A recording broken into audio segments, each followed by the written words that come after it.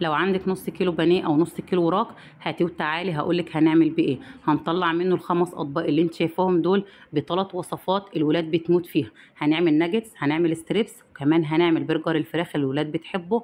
الوصفات دي هتسد معاكي بقى في المصايف والرحلات وكمان في رمضان، ولو انت بتشتغلي هتسد معاكي اكتر. يدوب هتطلعها من الفريزر على الزيت على طول، طبق مكرونه جنب منها، عملت الغدا بتاعك في اقل من 10 دقايق. يلا بينا. بس قبل اي حاجه نصلي على الرسول في الكومنتات، اللهم صل وسلم وبارك على سيدنا محمد وعلى اله وصحبه اجمعين.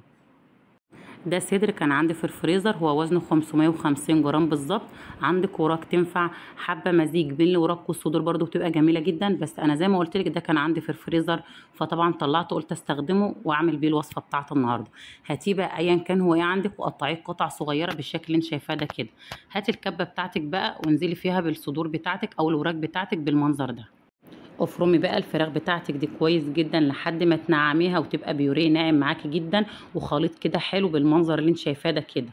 في الخطوه الجايه بقى المكون اللي هيضاعف معانا الكميه هي البطاطس. ما تقلقيش خالص، البطاطس مش هتغير لك طعم، بالعكس جميله جدا. والبطاطس عندنا هنا قد كميه الفراخ، يعني انت لو عامله نص كيلو من البانيه هيبقى نص كيلو من البطاطس مسلوقه بالشكل ده كده.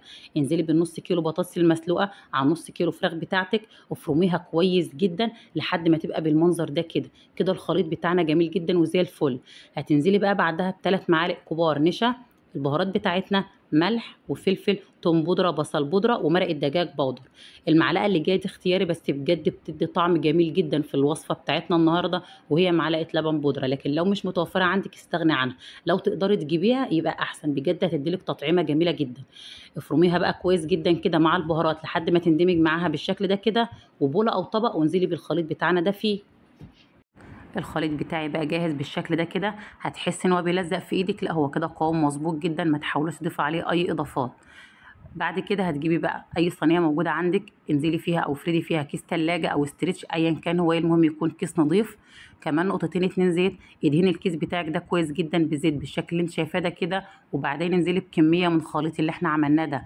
اول وصفه هنعملها مع بعض النهارده وهي ناجتس الفراخ. خدي بقى كميه حلوه كده وافرديها كويس جدا في الصينيه، واهم حاجه تفرديها بشكل متساوي علشان ما تلاقيش جنب من الصينيه عالي قوي وجنب رفيع قوي. افرديها وسويها كويس بالشكل ده كده. مجرد ما تفرديها بقى وسويها بالمنظر ده، دخليها التلاجة او الفريزر حوالي ربع ساعه، يا دوب بس ايه تتماسك كده عشان نعرف نقطعها. بعد كده تاني وصفة هنعملها مع بعض. هتجيبي بقى طبق فيه زيت. اهم خطوة عندك انك ما تيجي تشكلي ادهني ايدك دهنة زيت كده. تاني وصفة هنعملها مع بعض النهاردة وهي ستريبس الدجاج. ايوه هنعمل الستريبس من الخلطة بتاعتنا دي. خدي القطعة كده كوريها كرة صغيرة، صبعيها زي صباع الكفتة، افرديها بالمنظر ده ما ترققهاش. انا عاوزاها فردة بسيطة يا دوب ايه تاخد شكل الفيليتو بتاع الفراخ بالمنظر ده كده. كرة صغيرة بالشكل ده كده، صبعيها زي صباع الكفتة، افرديها فردة بسيطة بلاش ترققيها بالمنظر ده. اخدت شكل الفيليتو ولا لا؟ شكلها شكل ستريبس بالظبط، وخصوصا لما تتحمر كمان هتلاقيها زي الستريبس بالظبط. ودي كانت تاني وصفة معانا. تالت وصفة معانا بقى ندهن ايدينا زيت وناخد قطعة كده نكورها. وتالت وصفة هتبقى معانا وهي برجر الفراخ. تمام كده. حابه بقى تشكلي برجر الفراخ ده بايدك او بمكبس البرجر براحتك. اهم حاجه دهني ايدك زيت. خدي كوره بالمنظر ده كده وشكلي برجر الفراخ. وكده تالت وصفه معانا هي برجر الفراخ. انا طبعا هكمل الكميه اللي معايا دي كلها كده لوحدي وبعدين هرجع لكم. انا شكلت كل الكميه اللي عندي بالشكل ده كده، عملت نصها برجر وعملت نصها ستريبس. اهم حاجه وانت بتشكلي افردي كيس بين الطبقات بالمنظر ده كده عشان ما تمسكش في بعضها وهتبقى صعبه جدا وانت بتشيليها. اهم حاجه تفردي كيس بين الطبقات بالمنظر ده. برضه هدخلها التلاجة او الفريزر حوالي ربع ساعه. يلا بينا بقى نجهز طبقات التغليف بتاعتنا. اول طبقه معانا هتجيبي 3 كوبايات دقيق. ايوه هتجيبي 3 كوبايات، ما تستكتريش الدقيق لان ما شاء الله النص كيلو رمى معانا كميه كبيره جدا. البهارات بتاعتنا هي نفس البهارات اللي احنا ضفناها في الفراخ، ملح وفلفل، توم بودره، بصل بودره، مرق الدجاج بودر. انزلي بقى بالميه بتاعتك. انا عاوزه الخليط ده مش عايزاه تقيل قوي مش عايزاه خفيف قوي، انا عاوزاه بالقوام ده كده، قوام متوسط مش خفيف ومش تقيل. كده الطبقه السائله بتاعتنا بقت جاهزه. كمان طبقه الكرانش بتاعتنا بالمنظر ده كده. ده كريسبي انا بجيبه من عند العطار، بيبقى خشن شويه، اديله طحنه خفيفه في الكبه هيبقى معاكي بالشكل ده كده.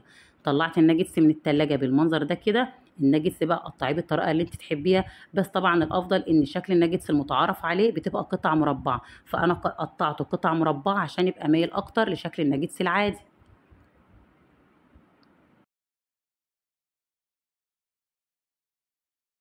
انا قطعت الناجتس قطع مربعه زي ما انت شايفه كده، ما شاء الله طالعه بكل سهوله وكمان متماسكه. ده علشان دهنا الكيس بتاعنا دهنه زيت وريحنا الخليط في التلاجة، فطلعت القطعه بكل سهوله وكمان متماسكه بالشكل ده كده.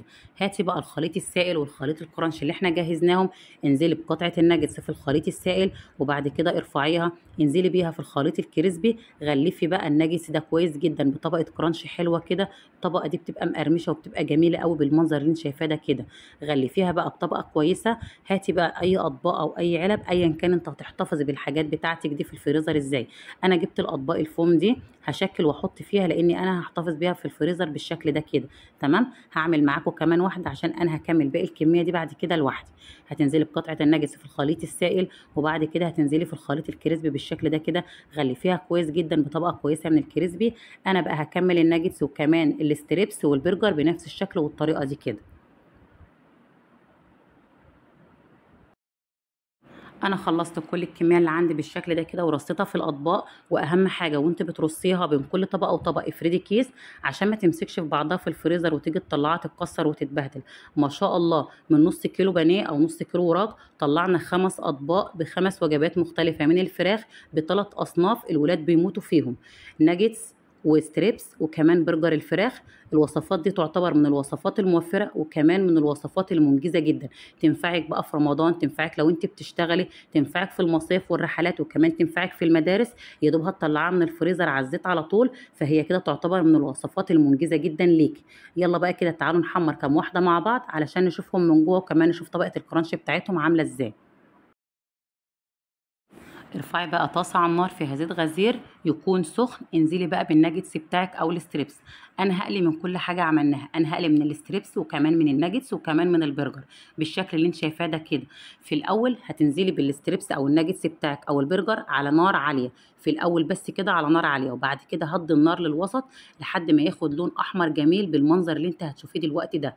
مجرد ما ياخد معاك اللون الجميل ده اقلبيه بقى على الوش التاني ياخد كمان لون، وفي الاخر برضو على نار عاليه، يبقى في الاول على نار عاليه وفي الاخر على نار عاليه وفي النص نار وسط لحد ما يستوي معاكي وياخد اللون الجميل ده كده، علشان يطلع معاكي مقرمش ومش شارب زيت خالص بالمنظر ده كده.